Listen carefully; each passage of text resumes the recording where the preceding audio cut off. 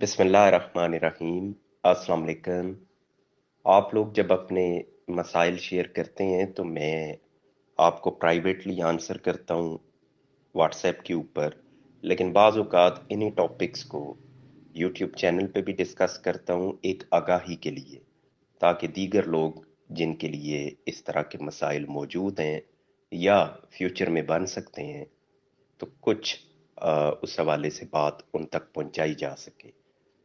उसमें फिर मेरी कोशिश होती है कि एग्जैक्ट फैक्ट्स ना बयान किए जाएं कि आपका ताल्लुक कौन से शहर से है, आपका नाम क्या है, या आपका 10 मरले का तनाज़ा है तो मैं उसको 20 मरले करके बयान कर दूंगा, ताकि अगर आपके मुखालिफ हैं तो वो अगर सुन भी रहे हैं तो एक एग्जैक्ट उनके जहन में वो पिक्चर ना बने कि ये आप ही का केस है।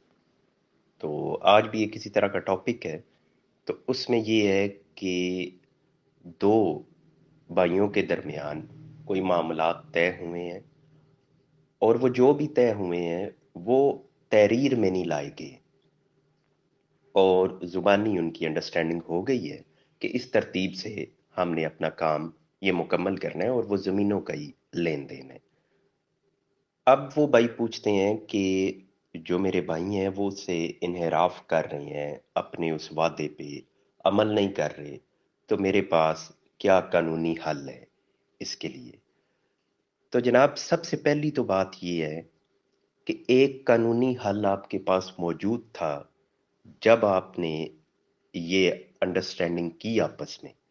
वो कानूनी हल आपके पास ये था कि आप उस वक्त कानूनी हल पूछते जब आप ये सारा कुछ कर रहे थे, तो आज आपको कानूनी हल पूछने की जरूरत पेश ना आती। लोगों के जहनों में यही होता है कि वकला साहिबान की जरूरत है जब हमारा केस चल पड़ा है अदालत में। ऐसा नहीं होता।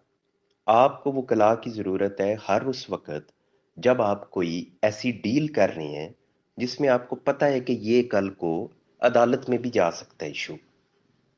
तो आपको उसी वक्त एक वकील की ज़रूरत पड़ती है। एटलीस्ट गाइडलाइन लेनी ज़रूरी होती है, डिस्कस करना ज़रूरी होता है कि हम जो करने जा रहे हैं इसको हम कैसे सिक्योर करें, और कैसे इसको हम कानूनी शक्ल दें। जैसे आपने कहा कि आपकी जुबानी हुई थी, तहरीर कुछ भी नहीं थी। अब अगर आप उस वक्त वकील साहब को इंगेज करते तो आपको ये बताया जाता कि जनाब जो भी बातें आपकी तय हुई हैं इनको आप तहरीर में लेके आएं, और उसमें भी स्टाम्प पेपर के ऊपर ये तहरीर मोस्टली तैयार की जाती है। आप सादा पेपर पे भी कर सकते हैं, लेकिन जो अथेंटिक तरीका है वो यही है कि स्टैम्प पेपर के ऊपर तैयार किया जाए, उसको नोटरी पब्लिक से अटेस्ट करवाया जाए। बाज़ औक़ात ये होता है कि उसको रजिस्टर करा दिया जाता है सब रजिस्ट्रार के पास, वो ज़्यादा सेफ्टी हो जाती है। उसमें जो रिक्वायर्ड विटनेसेस यानी गवाह होने चाहिए उनकी मौजूदगी ज़रूरी है। जो नेसेसरी पार्टीज़ हैं जिनके दरमियान वो एग्रीमेंट हो रहा है उन तमाम की मौजूदगी उसमें ज़रूरी है। फिर अक्सर औकात कोई ऐसे मैटर्स होते हैं कि जो बेस्ट होता है कि इनको अदालत के रिकॉर्ड में लाया जाए।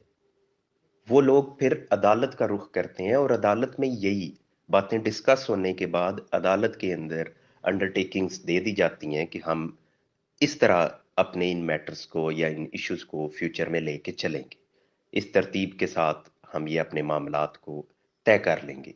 वो अदालत के रिकॉर्ड का हिस्सा बन जाता है, उसके अकॉर्डिंगली अदालत एक फैसला दे देती है। वो फिर दोनों पार्टीज के ऊपर हमेशा के लिए बाइंडिंग हो जाता है। कोई भी पार्टी उससे इधर उधर होती है तो फिर अदालत एक तरह से रिस्पॉन्सिबल है, वो रिलीफ लेके देगी, क्योंकि अदालत के अंदर ये आपके मामलात सेटल हुए थे। अब हमारे यहाँ ये जो रवैये हैं वो यही हैं कि हम लोग आपस में कोई भी जब डील करते हैं तो वो मोस्टली जुबानी होती है।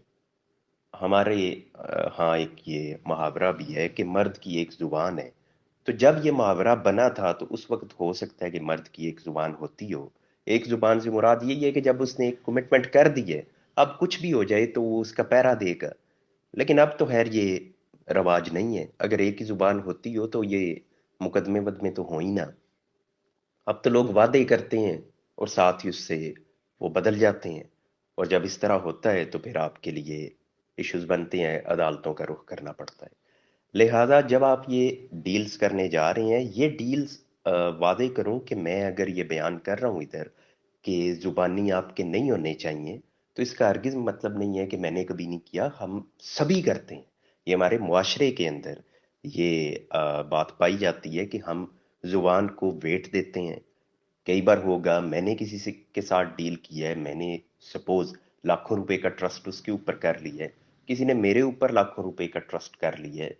ये चलता है, ऐसा नहीं हो सकता कि हम हर मामले को ही हम ले जाएं, हम उसकी लीगल रिक्वायरमेंट्स में पड़ जाएं, लिखत पढ़त जिसको कहते हैं हम उसमें चले जाएं। इस तरह तो डेली आपके जो कारोबारी मामलात हैं वो ट्रस्ट पे चल रहे होते हैं, लाखों का लेन देन चल रहा होता है, जो अगर आप कानूनी तौर पे देखें तो नहीं होना चाहिए। वो सब तहरीर में होना चाहिए, प्रॉपर तहरीर में होना चाहिए, लेकिन वो मुमकिन नहीं होता।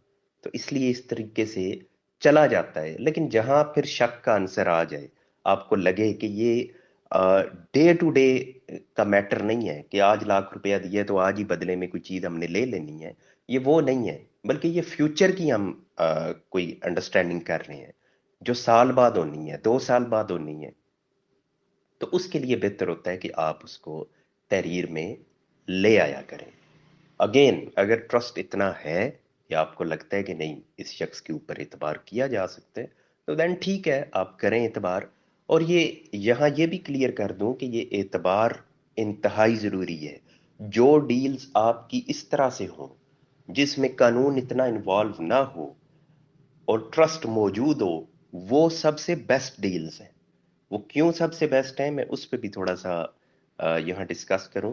आप अगर कोई डॉक्यूमेंट लिख भी देते हैं, सारा कुछ उस पे आ जाता है, थंब इम्प्रेशन हो जाते हैं, सिग्नेचर हो जाते हैं, गवाह मौजूद हैं, सारा कुछ, फिर भी अगर एक फरीक परे हट गया, तो हमारे यहाँ उस डॉक्यूमेंट को अदालत में साबित करना वो इस कदर मुश्किल काम है कि आप फिर सोचेंगे कि ये लिखने का मकसद क्यों। जब एक फरीक डिनाई करता है, वो कहता है मैंने तो ये किया ही नहीं है। अब अदालत क्या कहती है, वो तो डिनाई कर गया, उसने तो एडमिट किया नहीं है। अब आपने गवाह पेश करने हैं। अब जिसने वो लिख के दिया आपने वो पेश करना है बंदा। जिस बंदे ने स्टैम्प पेपर जारी किया है वो बंदा आपने पेश करना है। अगर वो नोटरी पब्लिक से अटेस्ट हुआ है तो वो बंदा आपने पेश करना है जिसने अटेस्ट किया है। वो रजिस्टर है यानी सब रजिस्ट्रार ऑफिस में, तो फिर उन्होंने रिकॉर्ड पेश करना है। और अगर ये तमाम तकाजे पूरे होंगे तो उस डॉक्यूमेंट को माना जाएगा। जरा भी उसमें शक आ जाएगा तो उस डॉक्यूमेंट की अथेंटिसिटी, उस पर क्वेश्चन आ जाएगा। तो फिर यही बंदा कहता है कि ये लिखने के बाद भी अगर इसको साबित भी करना है उधर और साबित ना हो सका तो इसकी अहमियत खत्म। तो फिर वो भी कमजोर हो जाता है आपका ईमान उस लिखने के ऊपर भी। और ये ऐसा होता है, ये नहीं कि मैं ये कह रहा हूं कि ये शायद किसी किसी डॉक्यूमेंट के साथ है। ये ऑलमोस्ट हर डॉक्यूमेंट के साथ है कि जो आप अदालतों के अंदर पेश करते हैं आपने उसको साबित करना है, कानून ये कहता है।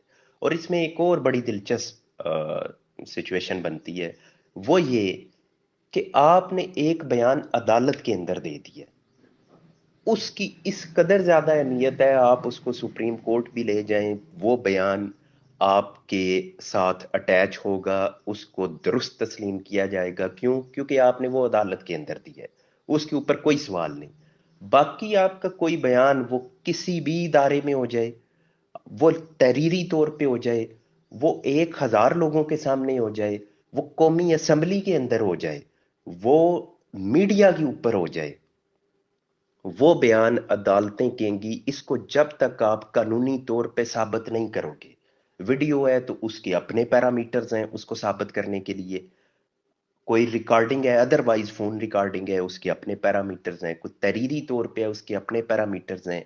यानी अदालतों ने या कानून ने यह तय कर दिया है कि अदालत में एक जज साहब के सामने बयान जो आ गया है वो तो ऐसे ही है कि पत्थर पे लकीर है। वो आपने चाहे जिस हालत में भी दिया, एक 85 साल के बुजुर्ग ने भी आके कह दिया कि जनाब मैंने ये जमीन वाकई बेची है, और उनसे एक दो बार पूछ लिया जाएगा कि आप बिल्कुल बगैर दबाव के ये बात कर रहे हैं, वो कहेंगे जी मेरे ऊपर कोई प्रेशर नहीं है। वो रिकॉर्ड पे आ जाएगा, उनके सिग्नेचर हो जाएंगे उसके ऊपर, अब वो हमेशा के लिए बयान है। बाकी अगर उन्होंने जाके कोई रजिस्ट्री करवाई, कोई इंतकाल करवाया, वो तहसीलदार के सामने पेश हुए, सब रजिस्ट्रार के सामने पेश हुए, ان کی تصویر بنی ادھر، ان کا تھم امپریشن ہے، ان کے سگنیچر ہیں، وہ 85 سال کے بھی نہیں ہیں، وہ 75 سال کے ہیں، وہ 70 سال کے ہیں، وہ مقدمہ عدالت میں آ گیا ہے۔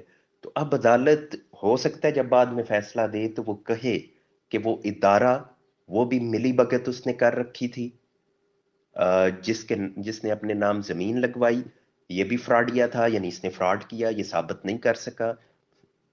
جو وٹنسز تھے وہ اپنی بات ثابت نہیں کر سکے، یعنی اس میں ہر چیز کو پرکھا جائے گا۔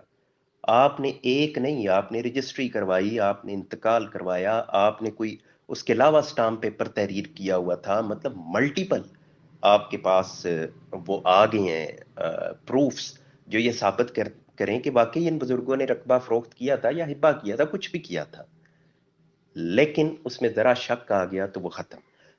اگر یہی بات وہ بزرگوں نے آ کے کچھ بھی نہ کیا ہو، کوئی تحریر نہ ہو، کوئی انہوں نے رجسٹری نہ کروائی ہو، کچھ بھی نہ کروایا ہو، صرف ایک عدالت میں کسی سٹیج پہ آ کے انہوں نے یہ آ کے کہہ دیا ہو کہ میں نے یہ ہبہ کیا تھا اپنے بیٹے کو، زبانی کیا تھا، یا میں نے یہ فروخت کا معاہدہ کیا تھا، اب اس کو کہیں بھی آپ سمجھ لیں چیلنج نہیں کیا جا سکتا، وہ سٹیٹمنٹ کینسل نہیں ہو سکتی، وہ ان کے خلاف کبھی بھی نہیں جا سکتی کہ جناب یہ اس نے جو بیان دیا ہے یہ کسی پریشر میں دیا تھا یا عدالت میں قانونی تقاضے پورے نہیں کیے گئے، اس کو پھر جیسے کہا پتھر پہ لکیر ہے، وہ پھر ہٹ نہیں سکتا۔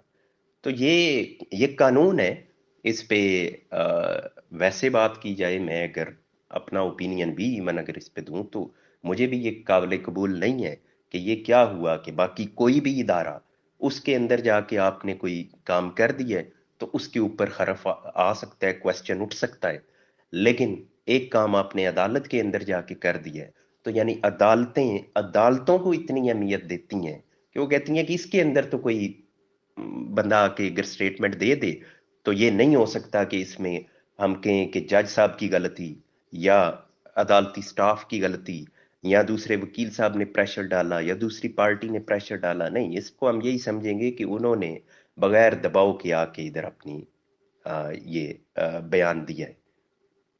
اور اگر یہی کام وہ کسی اور ادارے میں جا کے کرتے ہیں، ان کے سامنے کرتے ہیں، تو ان کے اوپر ہم کوسچن بھی کر سکتے ہیں، اس ادارے کو ہم ہٹ بھی کر سکتے ہیں کہ وہ فراڈیے ہیں، انہوں نے پیسے لے کے یہ کچھ کیا۔ تو یہ خیر میری نظر میں تو خیر یہ نہیں اس حد تک ہونا چاہیے۔ بہرحال یہ اگر میں ایز اے وکیل بات کروں تو obviously جب قانون ہے تو اس کے مطابق ہی ہر ایک نے چلنا ہے، اور قانون یہی کہتا ہے جو میں نے یہاں بیان کیا کہ باقی اداروں کو عدالتیں پوچھ سکتی ہیں لیکن عدالتوں کو کوئی نہیں پوچھ سکتا۔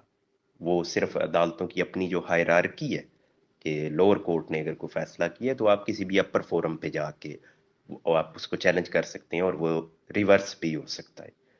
تو بہرحال یہ مختصراً یہ کہ جب آپ یہ کرتے ہیں کوئی بھی معاہدہ آپس میں تو اس کی میکسیمم سیفٹی، جہاں ٹرسٹ نہ ہو تو آپ کوشش کیا کریں میکسیمم سیفٹی، اور فردر اس میں یہ ہے کہ جب آپ کا ایشو بن بھی جائے، جو آپ نے آؤٹ آف دا کورٹ معاملے آپس میں ایڈجسٹمنٹ کی ہوئی ہیں ان کو کوشش کریں کہ آؤٹ آف دا کورٹ وہ حل بھی ہو جائے۔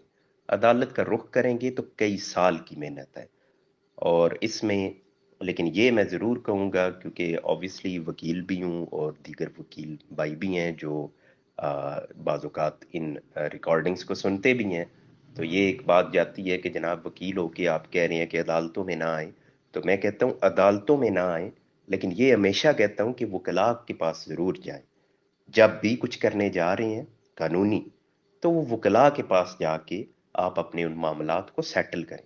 ضروری نہیں ہے کہ وکیل کے پاس چلے گئے ہیں تو اس کا مطلب ہے کہ آپ عدالت میں چلے گئے ہیں، آپ وکیل کے پاس گئے ہیں، آپ ان سے اپنے رائٹس کے تحفظ کے لیے گئے ہیں کہ ہم کس طرح اپنے رائٹس کو بہترین طریقے سے پروٹیکٹ کر سکتے ہیں، وہ پھر آپ کو اپنے بطور کلائنٹ ڈیل کریں گے اور آپ کو وہ تمام تقاضے پورے کر کے دیں گے۔ یہ پاکستان میں یہ ٹرینڈ نہیں ہے، بیرونی دنیا میں تو یہ بالکل موجود ہے۔ کچھ بھی کام تاکہ لوگوں نے زمین خریدنی ہے تو پھر بھی وکلاء صاحبان کو وہ ساتھ انگیج کریں گے۔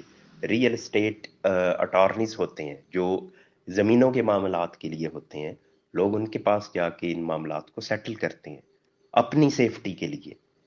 ہمارے یہاں یہ نہیں ہے، جو بڑے شہر ہیں یا جو بڑی ڈیلز ہوتی ہیں ان میں تو انوالو کیا جاتا ہے، لیکن یہ جو روٹین کی ڈیلز ہیں، کوئی مکان خریدنا ہے، کوئی زرعی رقبہ یا ادروائز پلاٹ خریدنا ہے، چاہے سوسائٹی میں ہے یا باہر ہے، تو لوگ نہیں رکھتے اپنے ساتھ وکلا کو۔ یہ ہونا چاہیے، اس سے آپ کی فیوچر کی جو لیٹیگیشن ہے اس سے آپ خود کو بچا سکتے ہیں۔